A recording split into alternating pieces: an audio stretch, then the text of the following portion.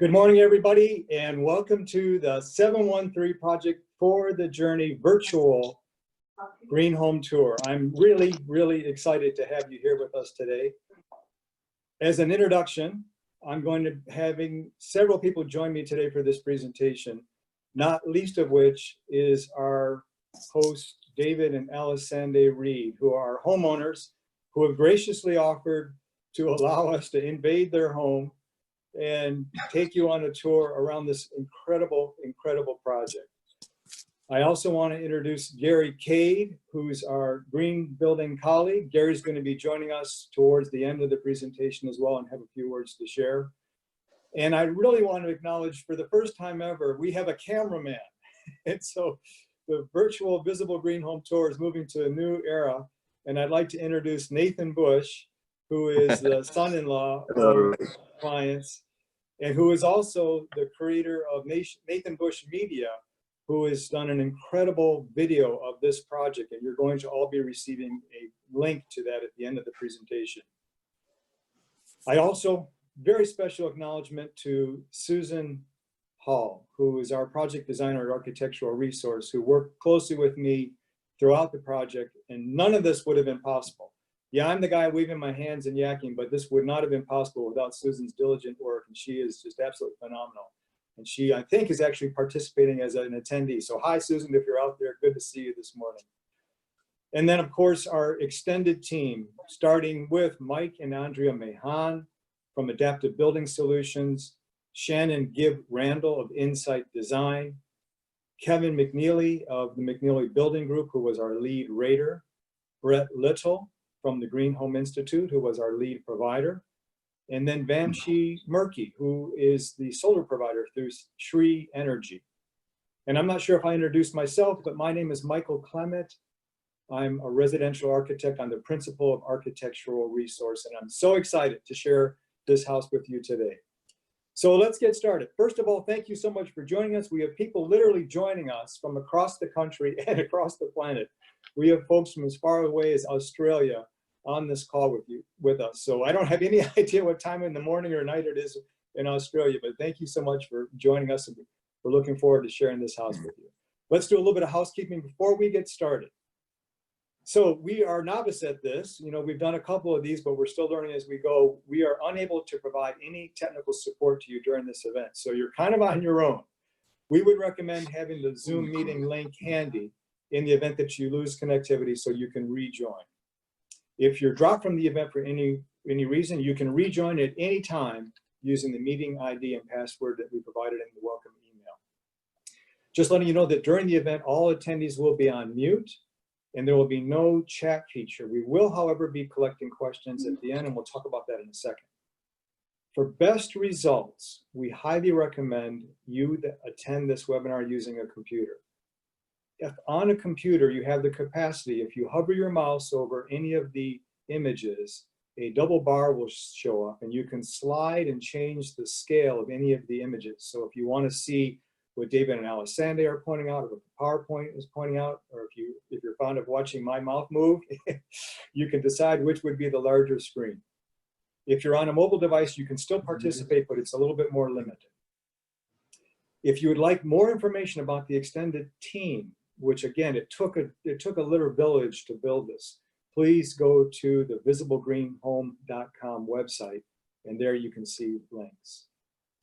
At the end of this presentation, every attendee will automatically receive a digital brochure, along with a link to the incredible video work that Nathan Bush has done through Nathan Bush Media. It's really like Hollywood quality stuff. So we're thrilled to have him involved with this project. And then immediately upon completing this event, here's where you're going to have an opportunity to submit questions. You will be directed to a Google form link, and it will allow you to connect with us.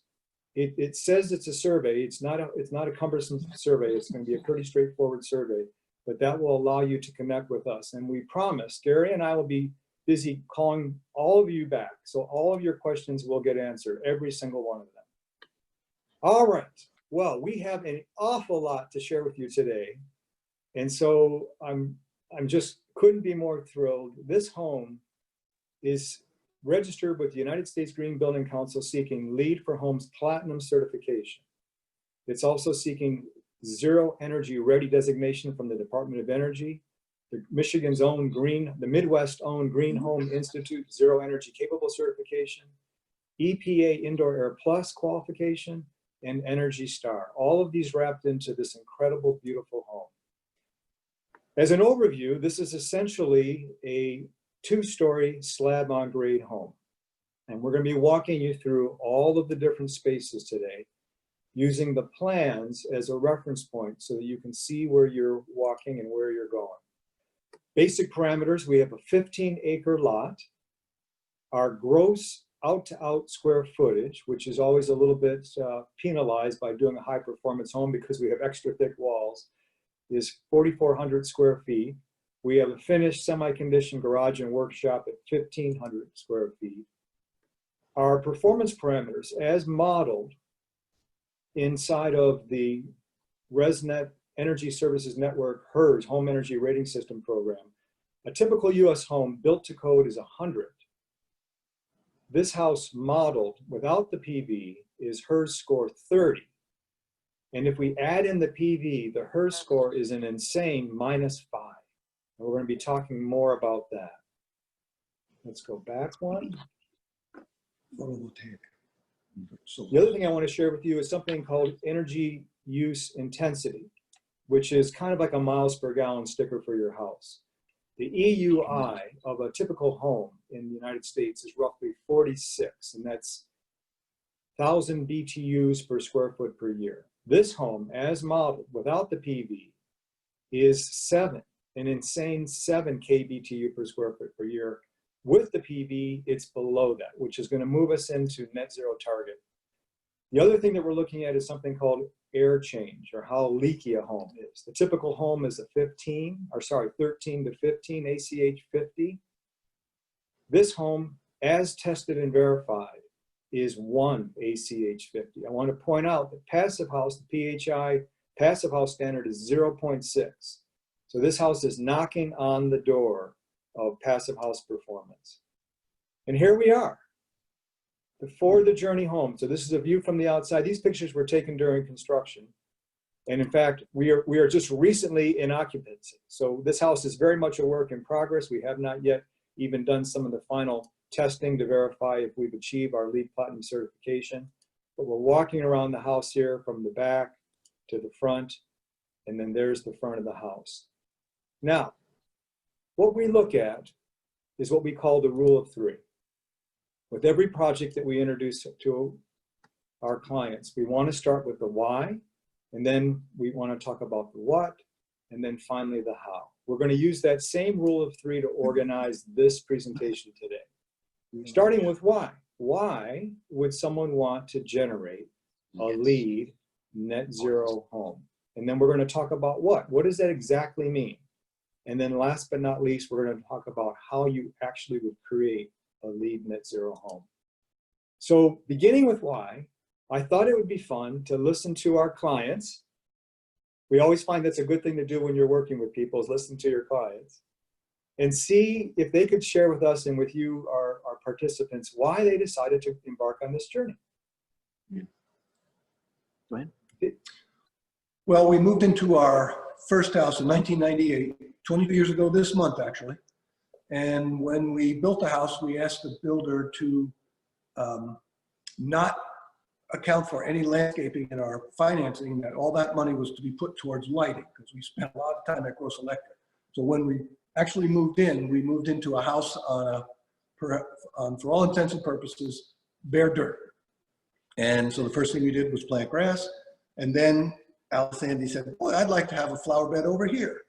And then there was a flower bed over here. And then we planted trees. And we quickly found out that flower beds need to be weeded, they need to be mulched, and which was not a problem 20 years ago, or even 15 years ago.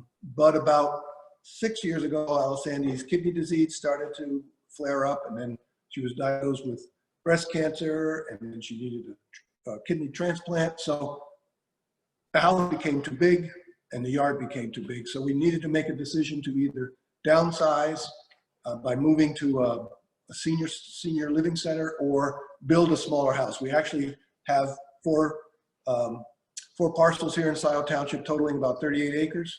And so we built the first house in the middle of those parcels. So we had the luxury of being able to build a house next door, which is what we decided to do. We first asked our kids if any of the kids wanted our current house before we actually sold it. And it turned out that our daughter and son-in-law said, yes, they do. They did want that house. So we embarked on building this new house. We had seen some of Michael's homes in the home tours. We had met Michael once or twice. I'm not sure if he remembers all those times we met. I think it was twice we met him. And we never even considered another architect. We just called him up and said, can we meet? And the rest is history. And if you watch the 713project.com, you'll see that history. Excellent. Allison, do you want to add anything to that? David did a pretty good job of describing the background. No, I think he covered it all. Love it. So as they started the process, they knew that they wanted to build a sustainable home. But one of the questions was, well, how far do we take sustainability? And that's a question that all of our clients come to us with. Some are thinking about sustainability, some are not even aware of sustainability, but they knew that they wanted to build a home that was going to last and be a legacy, and it was going to care for them. And I think what's happened recently has made us all very much aware that we are going to be looking at more time spent in our homes, and our homes are our lifeboats. And so let's take a look at why we might want to actually embark on a leave for home homes. So from the bigger picture, I know there's some talk about going back to the moon. Well, that's kind of exciting. And I'm recounting this image that was taken during the first Apollo mission, Apollo 8, which was the first time we went around the far side of the moon. And we came around. And this was the first opportunity because the capsule had been pointing away from the planet as it went to the moon. As it circled the moon and came back, this was our first opportunity as a species to see our home shrouded in the blackness of space. And Commander Lovell described it as a grand oasis. When we put our space program back together and we go back and visit the moon, when we come back around and we view the Earth, we're going to see a planet with 40% less ice than that Apollo 8 mission had seen. This is the satellite, the Nimbus satellite, that shows the extent of the polar ice cap. What we look at is what's called extent, so how far and how short. Usually sometime in September is usually the minimum. In other words, that's the smallest ice cap that exists, and then from there it goes out. This was in 1984 when they first began tracking. This is last year, September 18. And what I want you to notice is the yellow line representing the old average extent, how much smaller the ice cap coverage, but also want you to notice how light it is in terms of density. So not only is the polar cap shrinking, its depth is also diminishing to the point where now the fabled Northwest Passage is now open for business, for better or for worse. 2019 recorded as the second warmest year on record in over 140 years of record keeping. What's going on is this concept of carbon dioxide being released into the atmosphere, creating what we call the greenhouse effect. The issue that we have is that we've discovered this magic fuel, a barrel of oil that would represent 11 years of manual labor. We're basically releasing in a highly concentrated form ancient sunlight. We have seen a spike in the parts per million of carbon dioxide in the atmosphere.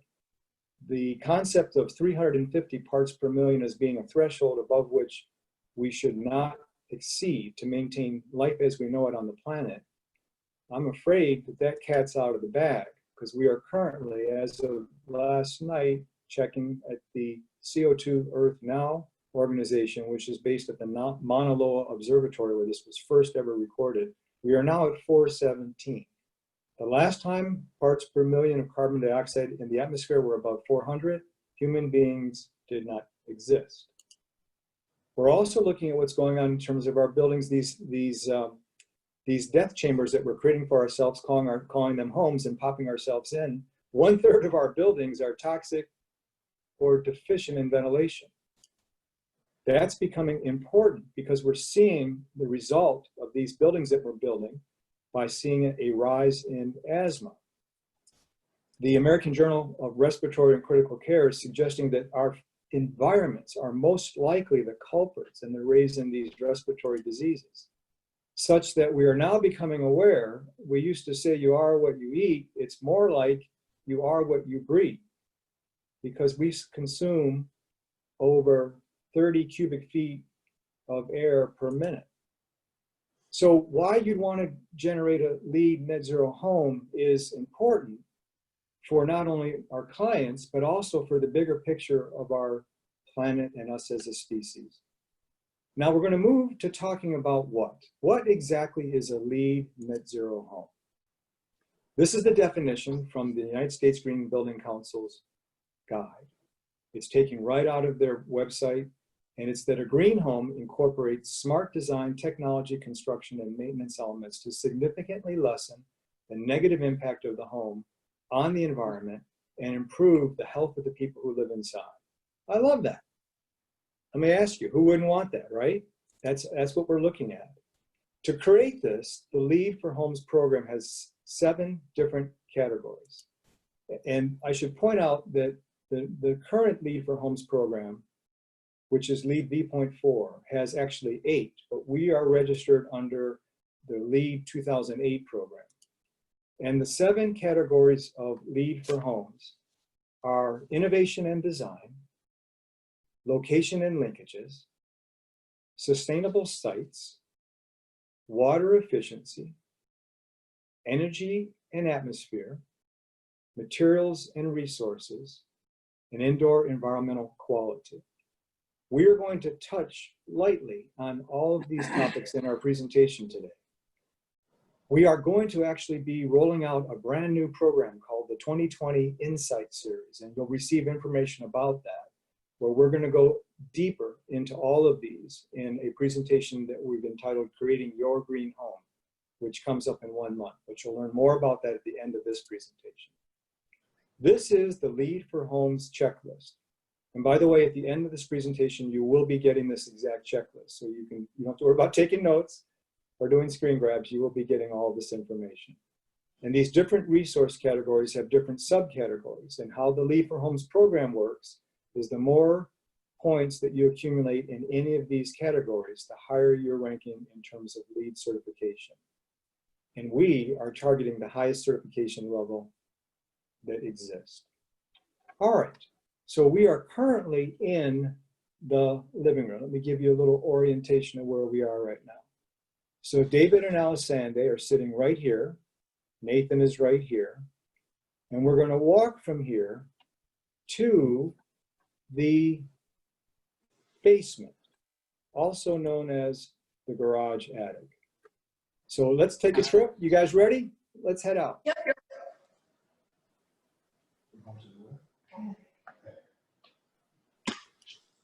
So they are now walking through the house,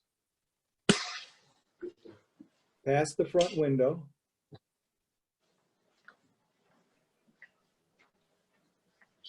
down the entry hall, into the entry, into the garage, and they're now heading up the stairs. Coming up the stairs,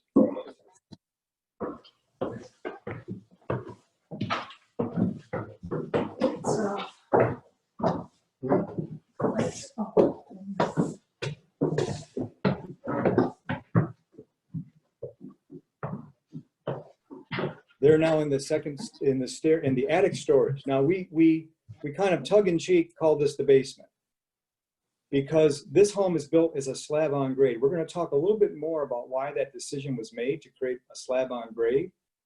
But one of the usual concerns would be, hey, this is all this storage space we usually have. Well, part of David and Alessandra's concept was, well, how much storage space do we really need here as we move into the home for the journey.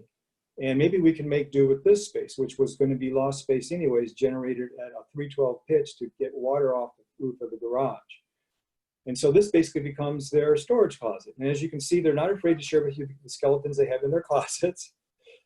So let's move from now, let's move back down the stair and head into the entry airlock. So they're going to be coming down the stairs.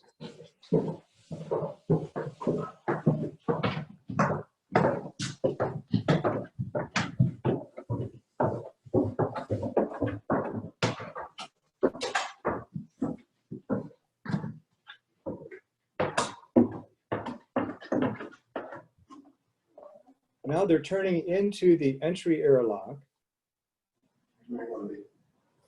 And they're going to stand over in the northwest corner, and then Nathan's going to stand perfect, exactly. So one of the things that we are finding in terms of high performance homes is that everything old is new again, right? So back in the day, we used to design homes that had airlocks, ways to help temper the exchange of energy between the inside of the home and the outside of the home. Call it an entry vestibule, call it a foyer. And so in this case, we're employing that concept where this space is becoming a place to temper the energy exchange between the inside and the outside. It also becomes a great place for us to take the first step, literally and figuratively, towards maintaining healthier indoor environmental quality. The Lead for Homes program does actually provide points if you have a space at an entry area for people to sit down and take off their shoes. Little did we know, but we are tracking in contaminants on the bottoms of our shoes. If any of you have ever been to our office, the mothership, our physical office, we have a recycled bench, a pew from a church, where people sit down and remove their shoes, and we have slippers. And it looks like David and Alessandra, have you followed suit? Absolutely. Yep. Nothing like having a pair of freshly washed slippers to step into as you move into the entry area. The other thing that's nice about this space is with what's going on now in terms of coronavirus, we're finding that it's helpful, beneficial, and sometimes essential to have a space for decontamination.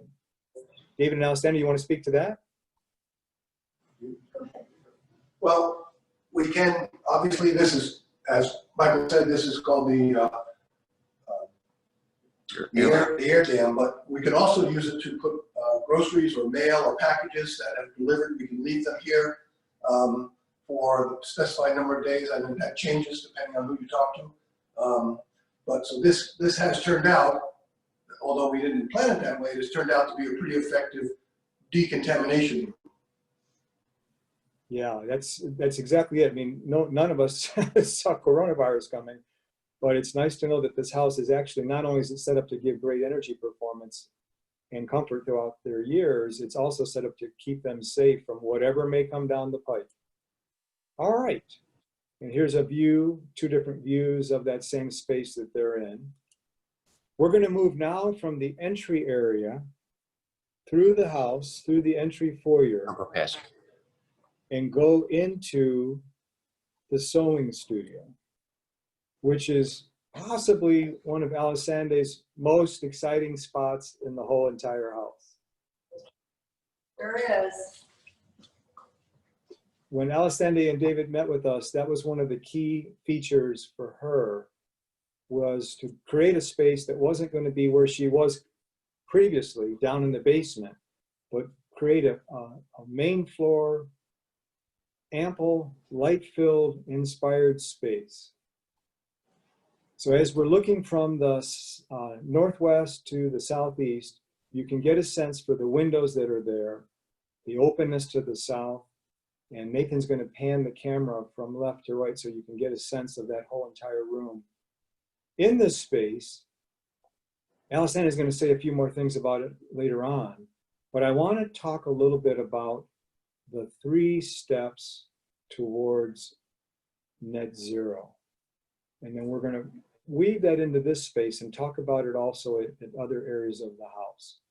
So let's take a look here. Whoops. So there's Alessandra's sewing space. Now, what we want to talk about is the rule of 3 of energy management.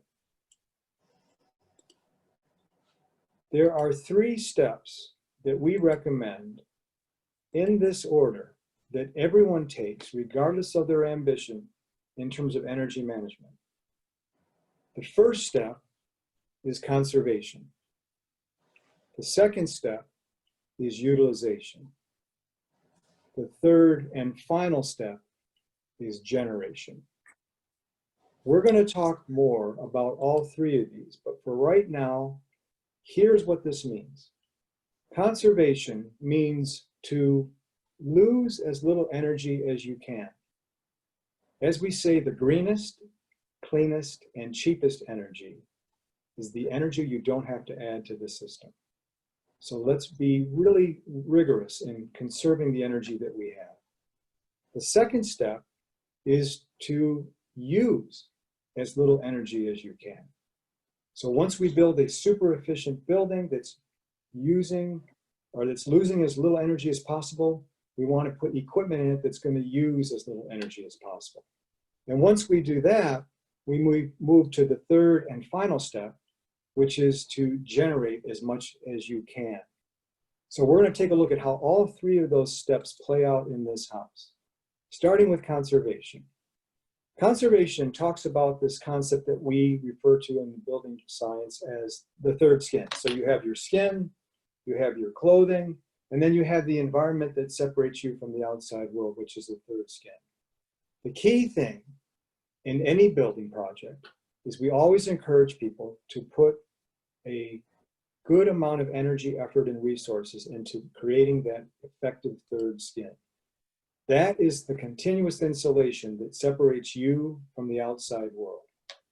In David and Alessandra's house, we have a R value, and R, for those who aren't familiar, is resistance to energy flow. The higher, the better.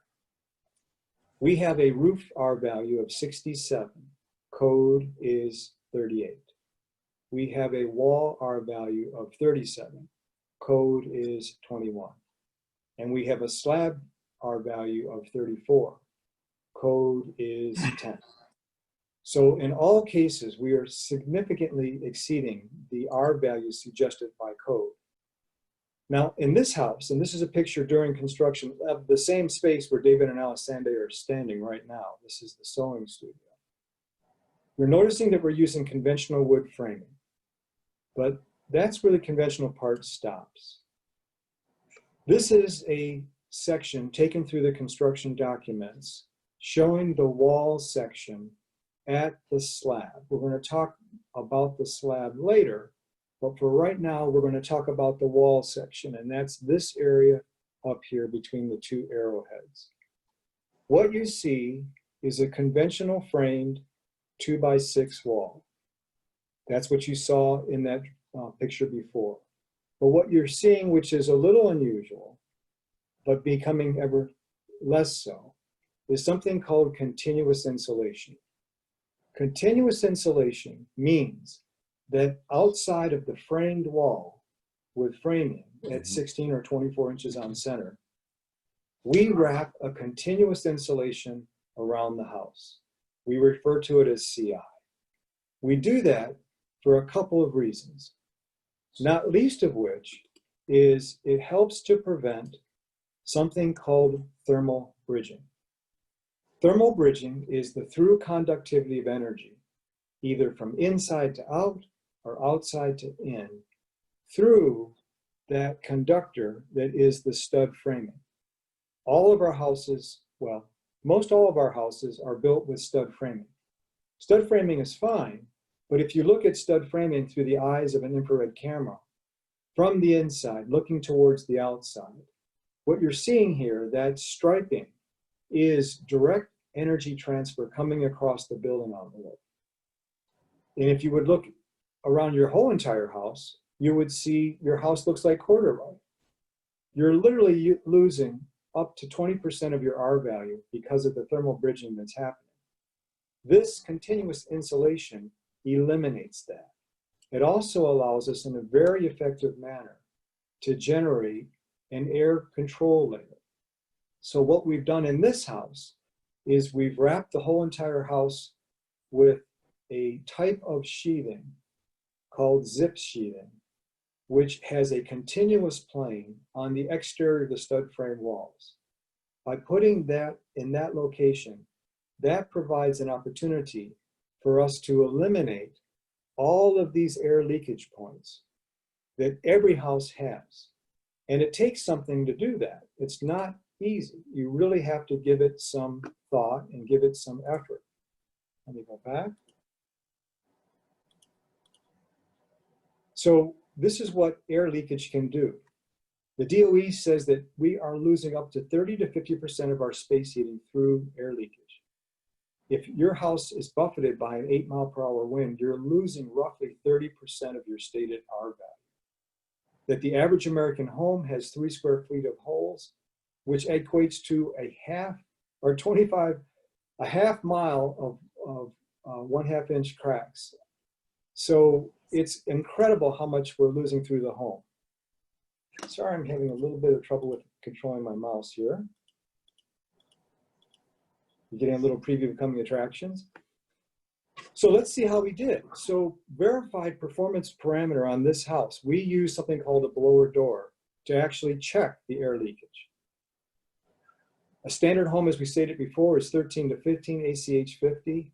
This home, as verified, came in at 1 ACH 50. So we're really excited about what we were able to generate, both the design and the construction by Adaptive Building Solutions to create this house. It took something to make this happen.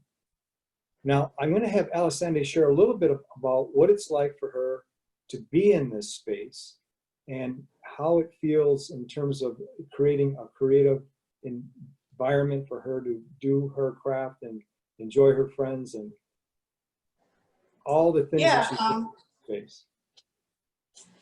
Well, as Michael said earlier, in our prior home, my sewing studio was in the basement, and I felt very disconnected from the family.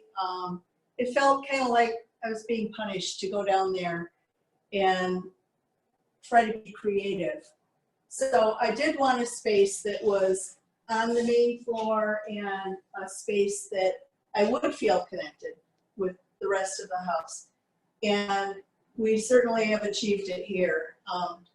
The windows are amazing to look out here, and we had turkeys walking around here earlier this morning to see the birds flying.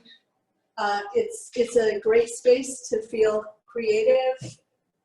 And one of the nice things is I had been accused of having too much fabric. I'm not sure that that's really a possibility, but It was just a suggestion.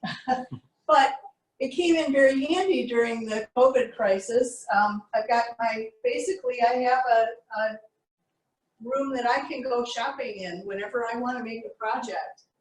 I've got all the supplies that I could possibly need. Well, maybe not. I probably have to still go back to the fabric store.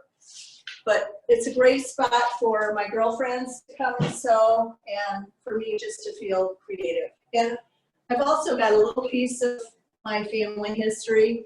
This is a sign from my grandmother, who was a dressmaker in Charlevoix.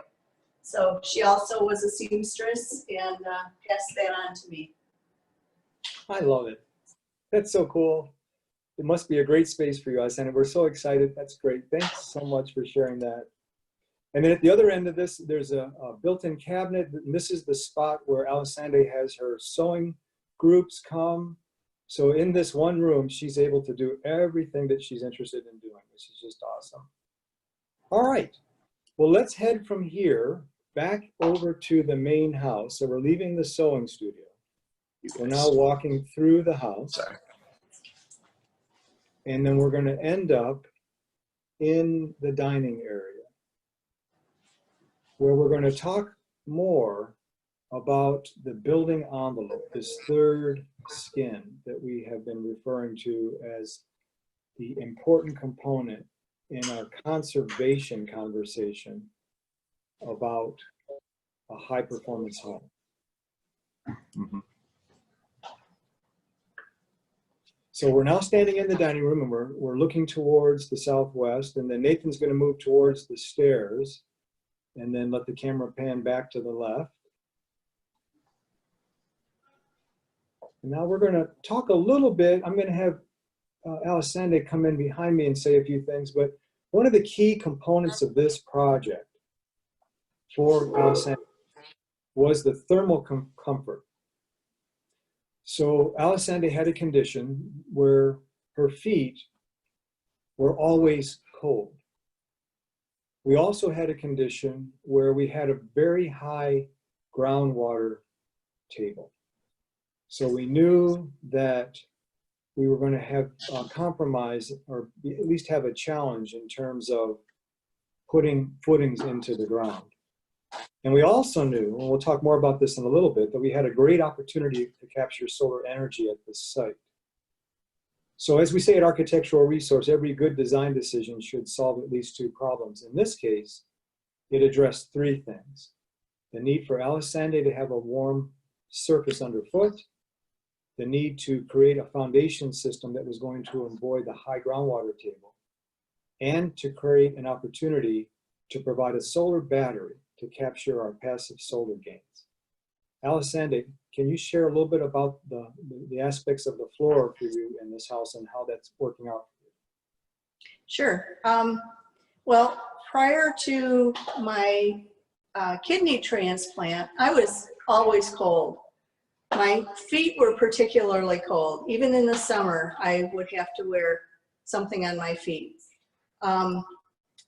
And that was a concern for me, that I didn't want to build a new house and then always be cold. So we talked at great length about how I wanted the floor to be warm. As it turns out, after my kidney transplant, the rest of my body is almost too warm. That kidney did something to my metabolism. I'm not sure what, but my feet still are cold. So to have a slight amount of warmth in the floor is just amazing. It makes everything else so comfortable. And I am so glad we did that and had a warm floor. Most of our clients that have in-floor radiant heat say, okay, that's it. This is the new bar. We're not going to ever consider going anywhere else, because radiant in-floor heat is just such an incredible experience. And let's talk a little bit more about this radiant in-floor heat. So because we wanted to do all three of these goals all in one fell swoop, we got busy at Architectural Resource doing some research, and we discovered a product called WarmForm. WarmForm is a system to create a frost-protected shallow foundation. So for folks who aren't aware, in the different climate zones around the country, we have different depths that we need to go to have the bottoms of our footings go such that they bear on soil that never freezes. A WarmForm program is a version of a code frost-protected shallow foundation, which says that, well, there's another way that we can keep the ground from freezing under footings, and that is to keep it warm and keep it dry. So a frost-protected shallow foundation in the WarmForm system does exactly that. What you're looking at here is a diagram out of the WarmForm manual, and what you're seeing is a highly drained substrate and then an insulation that basically creates an R value that keeps the heat in the ground. So no cold, no wet, no frost heat. And that is the basic conversation around WarmForm. This is our detail. So we took the WarmForm concept, and using the same performance criteria, we actually modified it somewhat. We went to an 8-inch slab, which the slab became not only a place of structural support. But at an 8-inch slab depth, we didn't have to accommodate for point loads anywhere in the house. And we had a lot of different point loads. So the 8-inch slab became basically a very large footing pad. It also gave us space to run our radiant heat through. It also gave us the thermal mass we needed to absorb the incident solar light. And it also provided us a way to stay above the high groundwater table.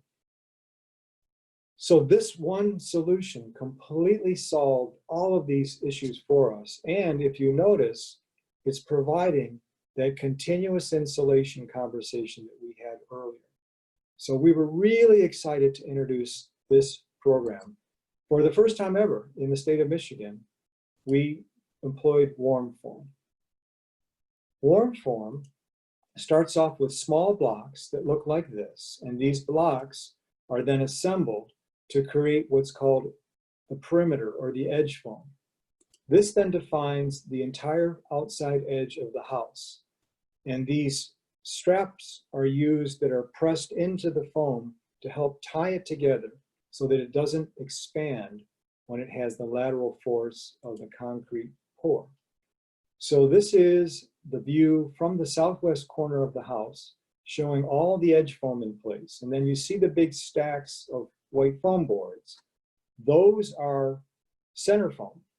And those are what are going to be stacked around the inside of the house to provide that continuous insulation underneath the concrete pour.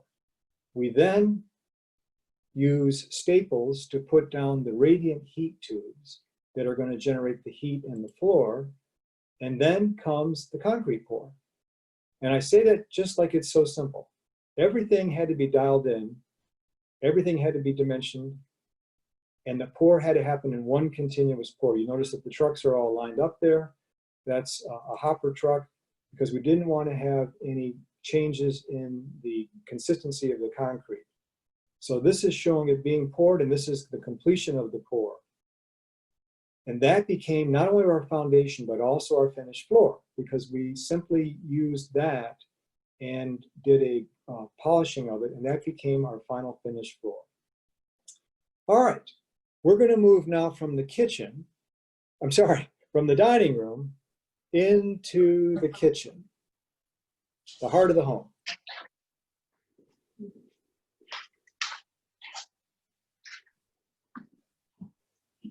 So the kitchen employs high performance appliances, not least of which is the high performance appliance that Alessandra is standing in front of right now, which is the induction range. When we move to a high performance home, we talk about the idea of an all electric home. Because an all electric home allows us to harvest the resources which are renewable. Present sunlight, not harvesting ancient sunlight, which is what all fossil fuel is, but harvesting present sunlight. The typical pushback we get from our clients is, well, Michael, yeah, we'll consider an all-electric home, but I'm cooking with gas. I was raised cooking with gas, my mom cooks with gas, my dad cooks with gas, my grandma.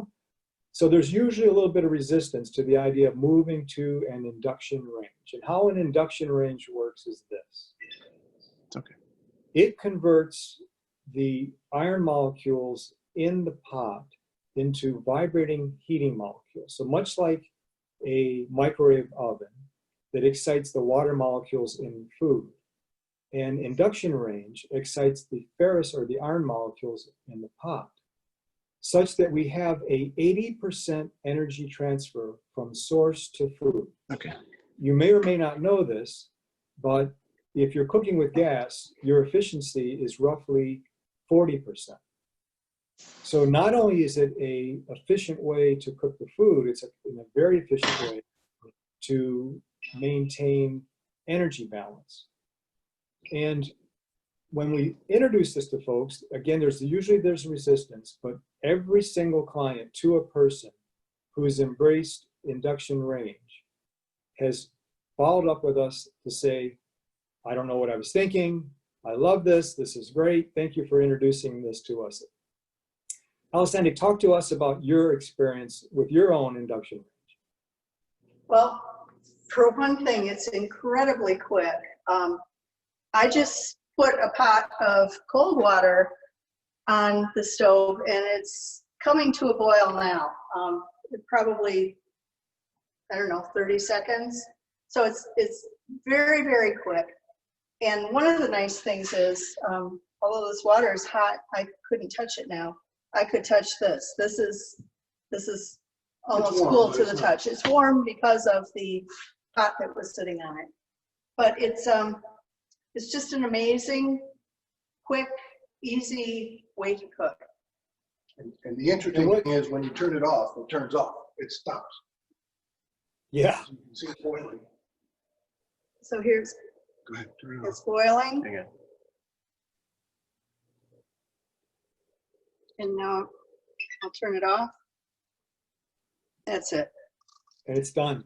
I love it. done. You guys, that's great. We actually didn't plan this live demo, but this is perfect. Yeah, so that, that's the one hurdle we usually encounter as we're considering moving to an all-electric house that can be powered by renewable energy. But that's just absolutely great. And for you, I'm sure you're wondering, if you're not, you might now. Okay, what does that mean in terms of my current pots and pans? Well, they do have to have a certain content of iron for them to work. And one way to check is to take a magnet and see if you can stick it to the bottom. If it does stick, then chances are it could be compatible. Right now, just about every manufacturer is making induction compatible cookware. So the worst case is you might have an opportunity to invest in new pots and pans. So that's something that we, again, really appreciate you sharing with us, because that's the usual pushback is how's this going to work? All right, now we're going to turn around and we're going to walk from the kitchen into the future ready pantry. Now, one of the concepts that we always introduce to our clients, no matter where they are at any step of life, is the idea of long life, loose fit. It's a very sustainable approach if you design a home that can serve your clients throughout their lives, and no matter what life might throw at them. None of us know what life has in store for us. I think it's John Lennon that said, life is what happens while you're busy making other plans. So in this pantry, which is an incredible pantry, I mean, giving them an amazing amount of storage to the side of their kitchen, we've baked in another feature. And that is, let's say that down the road, David and Alessandra decide that after having a number of birthdays, that stairs aren't just working for us anymore, for whatever reason. Well, we have built for them a 2-story house. How exactly will they benefit from a 2-story house if they can't get to the 2nd floor? David is standing right now on top of an area that has a cutout in the floor. That just so happens to be the footprint for a future elevator. The concept is that we have designed the floor so we could break out that section. There's an elevator pit already in place beneath that. And then directly above it, the floor has been framed such that we can take a drywall knife, cut out the rectangle, and the framing is designed to accommodate the new elevator shaft. So this is what we call future ready. There is a term that's been coined by the National Association of Homeowners called aging in place, which I don't know, it kind of sounds like doomed to die in your home. So we instead embrace design for living. And our goal with David and Alessandra is to design a home that's been actually designed for living, no matter what life might throw at you. All right. This red rectangle that I'm showing you here is the footprint for that future elevator. Now, we're going to move from this spot to, yes, the private sanctuary, the master bedroom. David and Alessandra have decided that, okay, we can, normally during tours, the master bedroom can kind of be an area of sensitivity, right? So in this case, they've said, no, yeah, thank you. Nothing to see here, folks. Nothing to see here. So we're moving into the master bedroom. So how the house has been designed is essentially there are 3 zones. There's the primary living zone, which is the center of the home. There's the recreational craft and avocation zone, which is the sewing studio for Alessandre. David's zone is upstairs. We'll show you that in a second. And then the final zone is the master bedroom zone, which happens to have a very special space off it, which we'll talk about in a second. So the master bedroom is over in the southwest corner of the house, and it's immediately adjacent to, as it should be, the master bath and the master closet. The master closet has a fairly special feature to it, which we're going to share with you now. So as David and Alessandre lead us into the master closet, one of the things that might be on some of your minds, if it's not now, it might be in the future, and that is, well, we live in Michigan. We have frequent storms. In fact, we had one last night. What about a storm shelter? How am I going to be safe? How am I going to be protected in the event of a storm? Well, we have an answer to that. And that is the space that David and Alessandre are standing in currently. This room has been designed to be essentially a separate building inside the building. It is isolated. It has its own foundation pad. It has its own wall framing. It has its own ceiling framing. It is a small lifeboat inside the home, such that if a storm ever came and impacted the house, it could even tear the house away. This structure would be sitting there at the end of the day. It has 8-inch thick concrete block walls. It has a steel deck on the roof with a concrete topping on top of it. It has the 8-inch concrete slab. It has special reinforcing in the wall, special tie downs at the wall and roof intersection. And what's really exciting about this is, although this is designed to HEMA standards for safe room, as you look at it, it looks like a walk-in closet. And what's neat about this is 10 steps from their beds, they are protected against whatever life might throw at them. And we went one step further. We also, in case they wanted to wash their socks while they're sheltered from the storm, we have a master located laundry facility. And for many of our clients that are empty nesters, they're finding that being able to wash the clothes and fold and sort the clothes and put the clothes away and then dirty the clothes and wash the clothes, putting it all in the same space can make some sense for them. So Alessandre and David, share with us how that's all working out for you guys. Well, it's amazing. I can't imagine why everybody doesn't have a washer and dryer in their master closet. We throw our clothes into little hampers here, and when it's time, David does the laundry. He puts it in the washer, puts it in the dryer, and then I fold it right here. But it's amazing, and it feels great to have the sense of security that in the event that we've got a tornado coming or the zombies are on their way, we can lock ourselves in here and feel nice and safe and secure. And now, Sandy, I remember from when we first met together and we were talking about your aspirations for your house, that having a home that's a sanctuary was high on your list. There was an emotional connection to that, which arguably we are all experiencing now in the face of all that we're going through. Can you say a little bit about that as a home, as a sanctuary? Well, David and I have often talked about our home as being, well, it's our vacation home. We have so many friends that go on the weekends to cottages, and then seems like they're working at their cottages and they come back and they're tired, and that doesn't seem like a vacation to me. So we kind of wanted to create our vacation home that we could live in 365 days a year. And quite frankly, I don't want to go anywhere. I'm perfectly happy to stay home and have our groceries delivered, and I've got everything I need here. How about you, David? Yes, we settled in here, we moved in, and it's incredible. We really don't feel like we need to go anywhere, and especially today with the issues of travel and what the airlines are doing nowadays.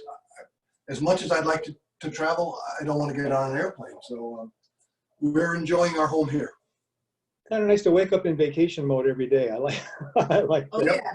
I have a hat that has a little airplane and it says, I'm in airplane mode.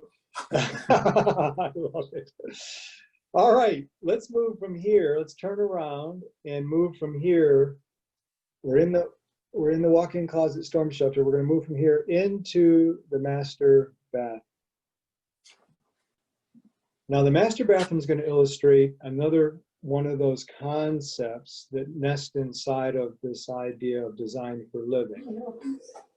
And that is the fact that the whole bathroom is designed with accessibility in mind. We have ADA guidelines in terms of circulation space, turning radiuses. We have a roll across threshold at the door. We have cabinets that can be modified for roll under cabinets. Again, this idea, which to us just kind of makes sense. Why would you possibly design a home that you know is not going to serve your clients? I mean, you don't know, but the probability is that it may not serve your clients, or in fact, their guests or their family members. How about designing a home that's going to take that all into account? And that's what this home did. And what you're looking at down there is a concept that we've employed called the wet room. And so in the wet room, we have the shower and the tub. And at the end of the wet room, we have what David affectionately refers to as the Andrew Wyeth window, a picture to a picture. Can you say a little bit about that, David? Well, yes, it was either very well planned by Michael and Susan or a happy accident. Oh, it This was planned. It window- was definitely planned. Oh, definitely planned, yes, yes, yes. But this window, and throughout the season, I've been taking pictures every few weeks, and I hope Nathan can patch them together into a montage. But this window, to me, looks like an Andrew Wyeth painting. Every time I look at it, it looks different. If the sun is shining, or if the tree has lost its leaves in the fall, or in the winter when it's covered with snow, or in the spring when the buds are coming out, it changes all the time. And it just looks, to me, it looks like a painting. And Thank you know you, what's Michael and fun? Susan. Yeah, well, we'd like to say that we planned that. Happy accidents occur all the time in our work, which I think luck is a result of good planning, or something I've heard before. So what's neat is those of you who are viewing this, you can see that the screenshot in the PowerPoint is the fall time view. And it definitely resonates with an Andrew Wyeth feeling. And what's neat about this is that kind of gives David and Alessandra a window to the seasons, so they can greet the day every morning with that incredible view. That's really awesome. Thank you. All right, we're going to move now from the master bathroom back through the master bedroom into actually the third building, Yes. which is the fitness area, the natatorium. I mentioned before that we had zones for this house. Well, we not only had zones, we actually had separate, distinct buildings. I talked about how we had established the walk-in closet as a building, distinct and literally separate inside of the structure of the main house. But we also designed the fitness space as its own separate space. And we're going to talk about that in a second. But right now, I want to move the camera into the space and show you what I think is one of the coolest features of the house. And that is this recirculating swimming pool. This is what's called a liquid treadmill. And it appears we may have lost David and Alisande's feed. So I'm sure they're scrambling to put that back in place. But in the meantime, I'm going to continue with the information about this space. So the idea here is rather than you swimming laps, the water moves through the containment of the enclosure. So there is a large paddle wheel at this end that rotates and it delivers water. And so you can be swimming in place, basically standing in place, right in the center of the pool, and the water is moving past you. What's nice about this is this allows us to do an indoor pool without having to do a super large footprint, because it is, I think of it as infinite laps. There's infinite laps that can be had. And for David and Alisande, as they were designing their home for the journey, one of the key things for them, which I definitely applaud, they're an inspiration for me for sure, is creating this opportunity to exercise at home. As it turns out, with all that we're facing now, that's kind of nice because 10 steps from their bed, they're either in their storm shelter, they're in their bathroom, or they're in their forever space, in their fitness area. And the other thing that this fitness area provided was David and Alisande had some specific plant needs. I remember they had dedicated a space in their former house to plants. And so again, in keeping with the long-held tradition at Architectural Resource that every good design solution solves at least two problems, this also became their plant space. And Alisande and David, can you guys share with us your thoughts about how this space has worked and how it's performing for you guys? Yeah, like you said, Michael, to wake up in the morning and to jump in the pool and pretty much effortlessly get exercise in is just amazing. I try to use it every day. Our grandkids love it. Everybody enjoys being in here. We've got one rule when the grandkids are here is no splashing on the ceiling. But that happens occasionally. You can soak the walls, but not the ceiling. Yeah. Well, it's basically glass, so that's easy enough to clean. But it's right now we have the windows open. We've got a breeze coming through here. But in the wintertime, this is fully conditioned space in that the humidity is all taken care of and there's no humidity that can get into the rest of the house. So it's like having a greenhouse in our home. Like Michael said, this is a separate house within a house. In fact, Mike Mahan, our builder, painted the inside of these walls with a special coating that seals the moisture in. So if you're in the living room or in the bedroom, you don't smell any chlorine and there's no humidity transfer between the two buildings. And this room has its own geothermal system and its own ERV.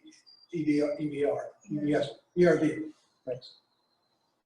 Yeah, and actually we're going to talk about that a little bit. So as David just described, this is a really, really key point.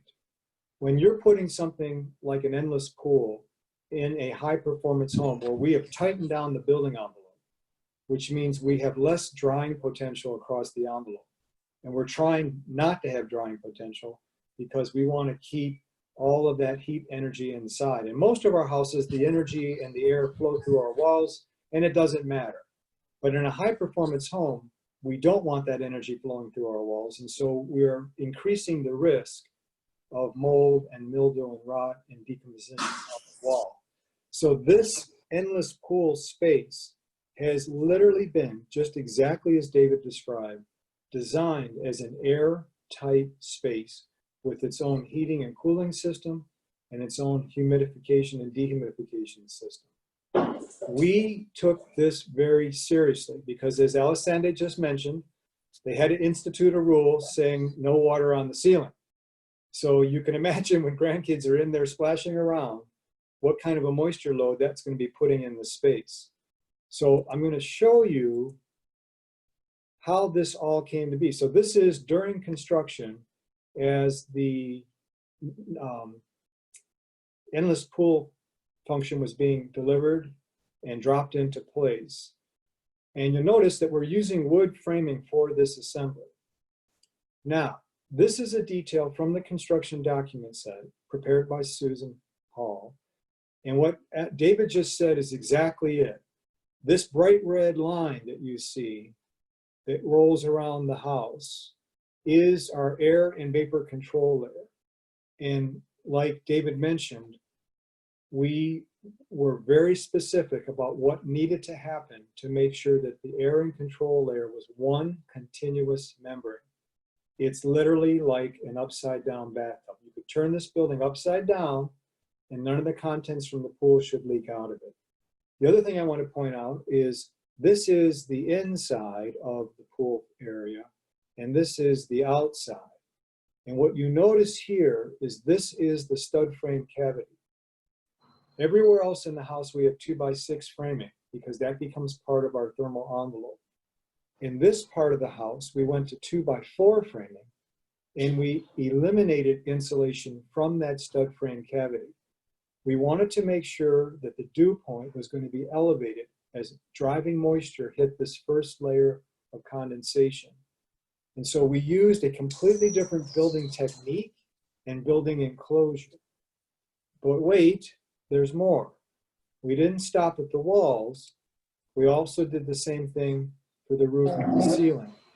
So we used a high performance enclosure called structural insulated panels, which we're going to talk about in a second. But above the structural insulated panels, on the outside chance that moisture would be migrating through that system, we created a belt and suspender assembly, which is these vents that you see that allow venting of the area above the insulation plane. So we have systems and redundant systems put in place such that David and Alessandra never have an issue with moisture migrating into that assembly. Now, we're going to move from the pool area into the main living space. And Nathan's going to park the camera here in the southwest corner. And then we're going to take a look at the vaulted space, the volume of the main living space. So this has been designed such that the main living space is here, and the second floor space has a loft that sits here. So you can look down from the upstairs and up from the downstairs. This opening up of this volume was very important in terms of creating a volume and a space and an experience in the main living area of the house. We're going to take a look at the construction documents building sections. So these are sections taken through different areas of the house. And we're going to zoom in on the one in the lower right-hand corner in just a second. And you can see, what is going on here? My mouse is very sensitive today. There we go. All right. So looking at this lower corner, this is the inclined ceiling plane. So again, same concept, architectural resource. Every good design solves at least two problems. We wanted to generate a high performance building envelope at the roof, but we also wanted to generate the volume and the loft and the lift experience. And so we elected to use something called structural insulated panels. And a structural insulated panel is basically a large monolithic plane that is sheathing, insulation, and then sheathing on top of it, kind of like an ice cream sandwich. This comes out to the site in large panels. These large panels can be craned in place. So they're a very effective way to create an enclosure in a very expeditious fashion and generate a high level of R value. In our case, what we did is we used a 12-inch insulated SIP, structural insulated panel, and then we put a 6-inch SIP, which is called a nail base, that has sheathing only on one side on the top. This generated the incredible R67 that we're looking at for our roof. Now, we're going to jump ahead to the third leg of the three-legged stool of energy efficiency, which is generation. One of the things that we do is try to cut the middleman out and go directly to the sun for our energy source. When we begin any project, as we did with David and Alisande's project, we always come out and do a site evaluation. And we use something called the Solar Pathfinder. This is the view of the Solar Pathfinder for David and Alisande's home. And if you know what you're looking at, you're probably grinning, because the only impediment to solar capture is here, which means that everything is available to create passive or active energy. This was phenomenal. This was an opportunity not to be missed. And so we did that. So if you look at the lower right of the drawing, and then we're going to focus in on just that drawing, you'll notice that this is a deep overhang. That deep overhang is facing south. And the idea is it's deep, so it prevents the sunlight from entering in the summer, but it allows it to enter in the winter.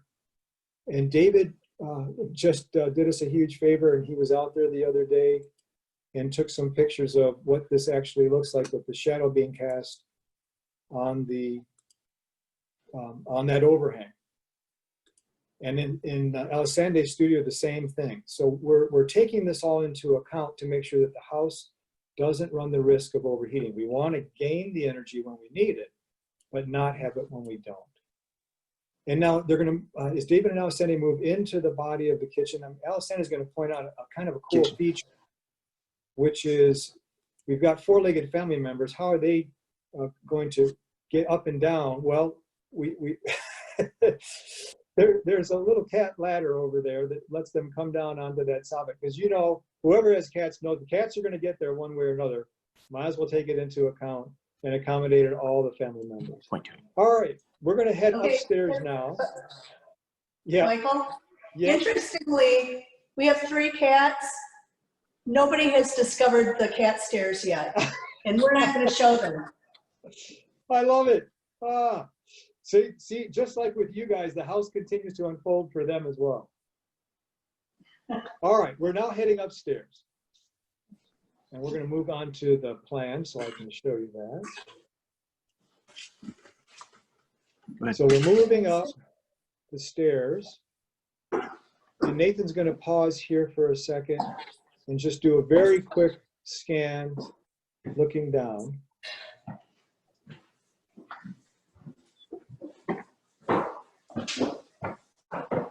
So this is now moving into David's realm. And you'll have a chance when we get to the top of the stairs to take a quick scan from left to right, looking down into the living space. There you can see the kitchen. Down at the end of the hallway there is David's office. There's the main living area. There's the windows to the south and the view. And we're moving from here into the guest room number 2.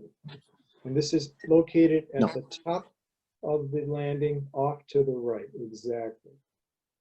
This space has been designed to provide access to an outdoor deck.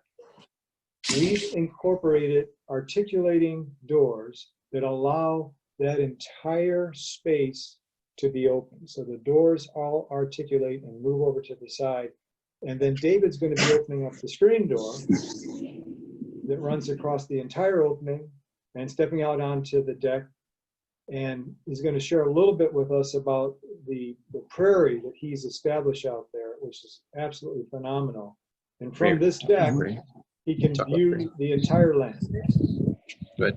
Well, I started clearing the property in 2004. I planted the prairie in 2008.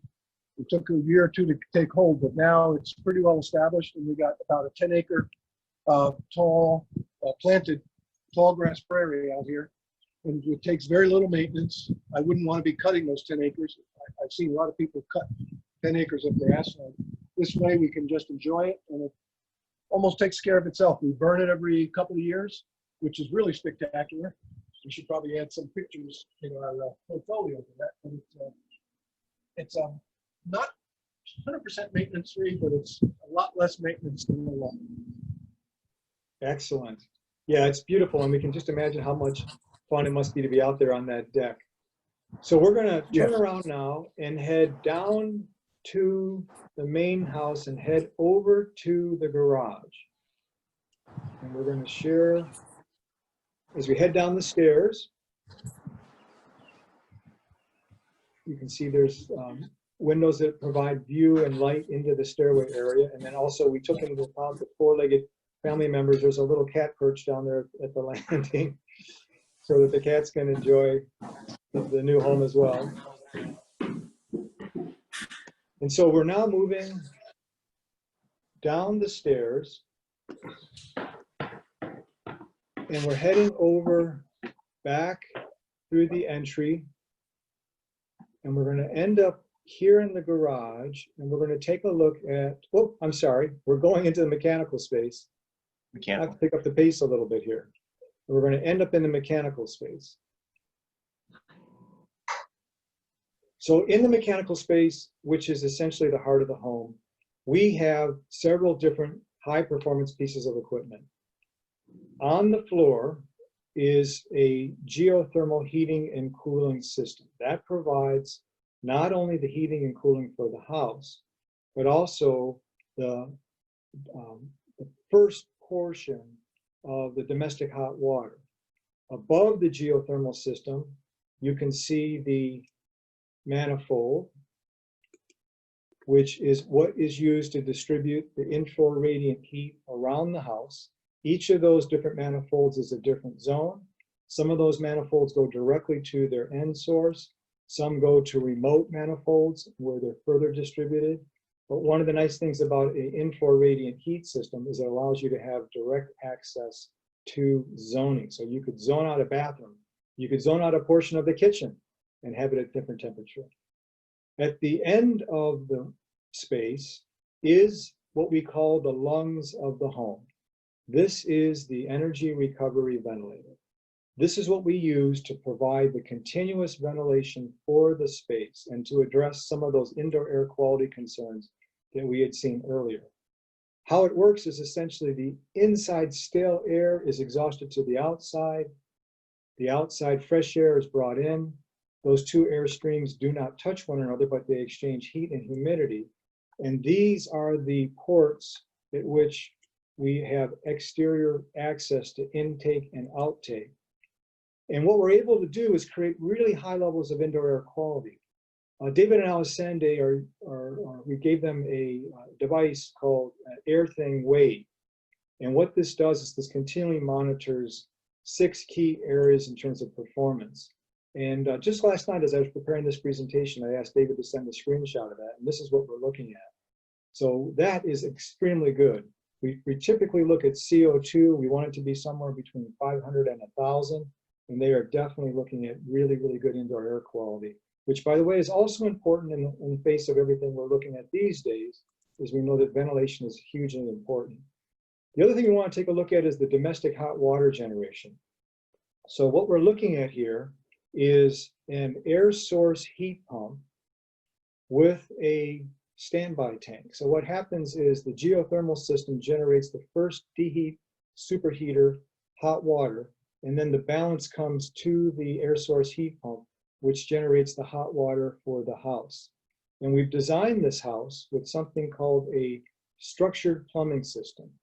The structured plumbing system allows us to circulate hot water on an on-demand timer. So David and Alessandra, when they want to have hot water in the morning, they set the timer. It goes off at, let's say, 6 a.m. It starts pushing hot water around the house on a recirc loop, so that line becomes charged with hot water. So when they come and open up the sink, they have 120 degrees essentially at the tap. And this is one of the strategies we use to contain and control for hot water. We're now going to move from mechanical space into the garage, and we're going to land on one of the most, well, I don't know, there's so many exciting things here. It's hard to know what is the most exciting, but one of the things that we're running into when we work with clients is this idea of how can we use the sun to generate power in our house. We know what we're doing passively. How can we do it actively? Well, we are looking at our first ever home that is employing a battery array. You may or may not know this, but most of the time, the power is what we call grid tied. In this case, we work with Sri Energy to put together a system that allows battery backup. So when you're on a typical solar system, you are utility grid tied. And so if the grid goes down, so too does your house. If you have a battery backup, if the grid goes down, you are immediately disconnected from the grid and you start feeding your house from the batteries. The battery array that we have in David and Alessandra's house is set up to provide solar power from these 3 solar panels. Oh, my mouse is just doing some crazy things here. All right, let's try this again. All right, there we go. So these 3 solar panels, they have an inverter at the panel, which is generating AC power from the DC power that the panels generate.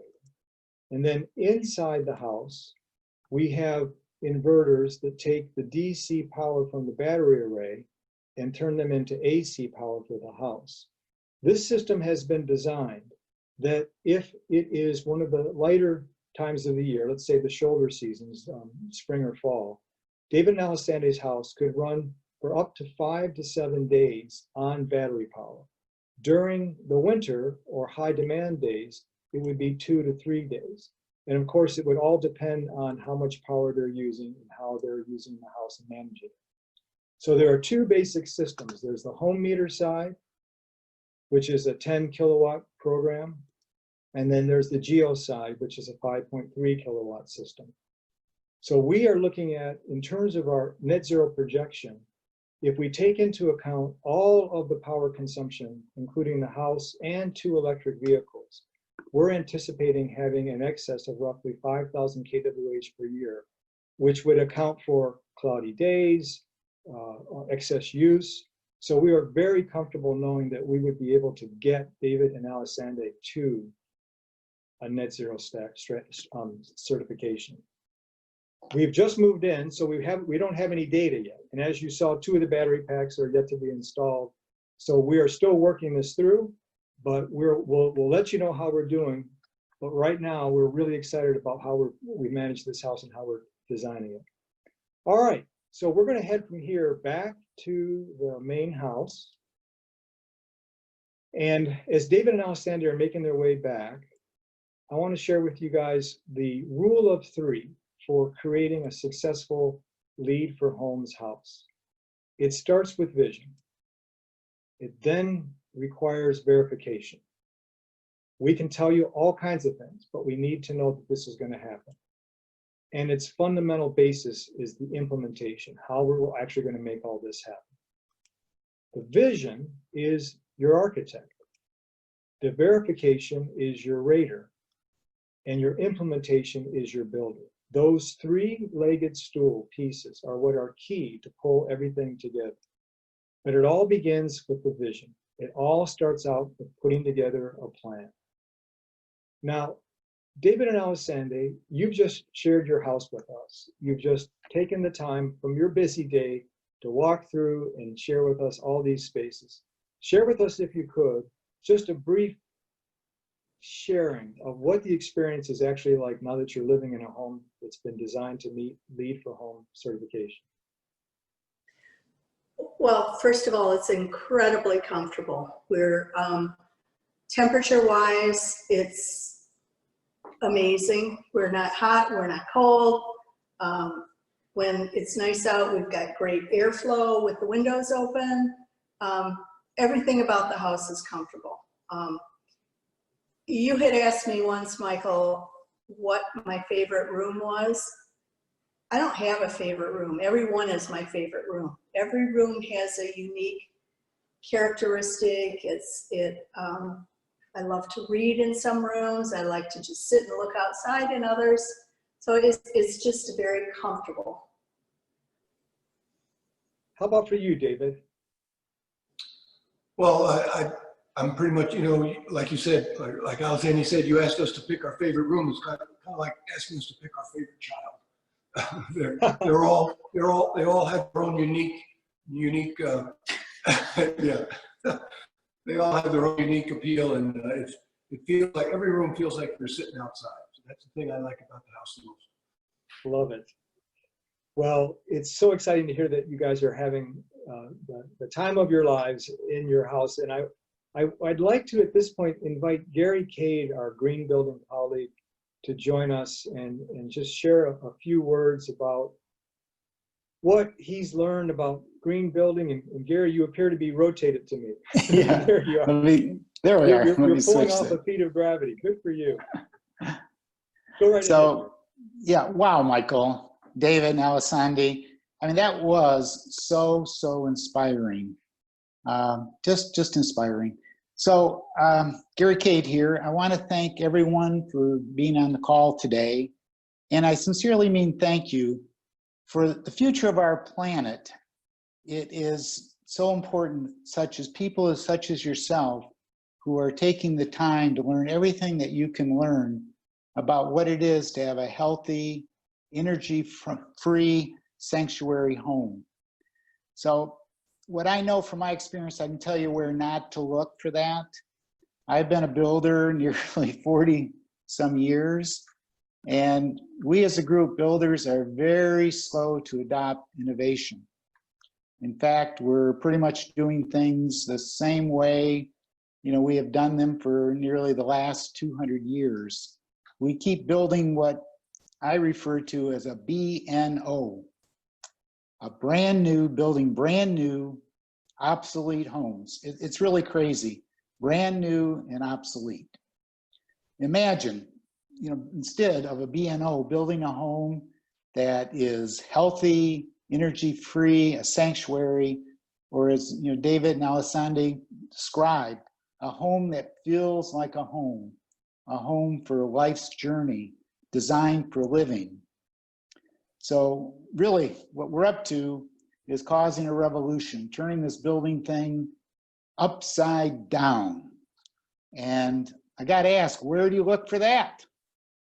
It's not in the model homes. It's not in the online plans. The place to look is Michael Clement and the Architectural Resource team. Michael has the experience, the passion, and the vision to build the homes and remodel homes of the future today. And inside of all that, I mean, he's assembled it, because it really takes a team. He's assembled a team, an incredible architectural staff, builders, and consultants. So as we move forward, I just want to say Michael has generously offered an opportunity on this call for all of you being here today, and in hopes of a new future for our planet, is to actually have an opportunity to chat with Michael. Now, you know, as David and Alessandri have mentioned, you know, to have a home that really feels like a home, it takes a tremendous amount of planning. And the time to start is now. If you're thinking of a new home or remodeling in the next 5 years, it's time. It'd be really smart to take advantage of Michael's offer to chat with him and just tell him what's on your mind. So at the end of the tour today, there'll be an opportunity, there'll be a form where you can actually, ask a further question or request to chat with Michael. So thank you, everyone. And Michael, I'm turning it back to you. Thank you, Gary. Yeah, what's kind of interesting, as I was preparing for this presentation, David and Alessandre sent an article to Susan Hall and myself, which they had found way, way early in the game and had set it aside, literally kind of forgotten about it. Well, they unearthed it and they, they sent it to us, and they sent this wonderful email. And David said, when we met with you back in January, you mentioned that we had found an old newspaper clipping that was fairly close representation of the journey, but I couldn't find it to show you. Found it today, filed in a folder, labeled House. Imagine it was from Ann Arbor News in 2016. I think you did a pretty good job of bringing to life that which we anticipated years before we started working with you. That's the benefit of good planning. Everything begins with a plan. And it was just so exciting. We had never even seen that image throughout our whole entire time working with David and Alessandre. And here it is, they were living in that exact same home. So as we bring this to a close, I do want to share with you that, as Gary mentioned, this is my passion. This is why I was put on this planet, is to give people an opportunity to create the home of their dreams, whether it's a remodel, whether it's new, whether it's an addition, whether it's big, whether it's small. We work with clients at all different levels, at all different scope, at all different sizes. We're so excited to bring our passion to your passion, to help you create an inspired space that's going to allow you to live an inspired life.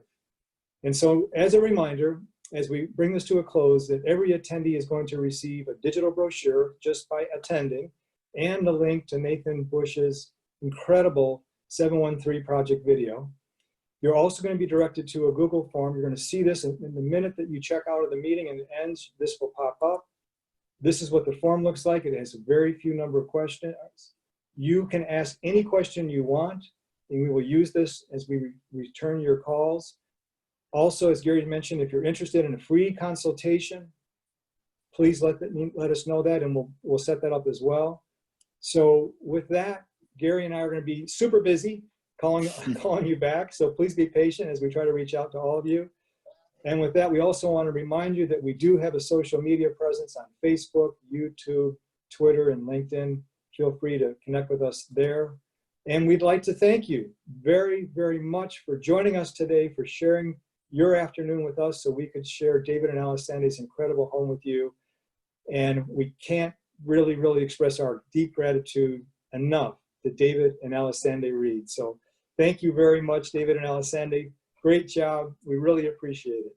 Bye for now, everybody.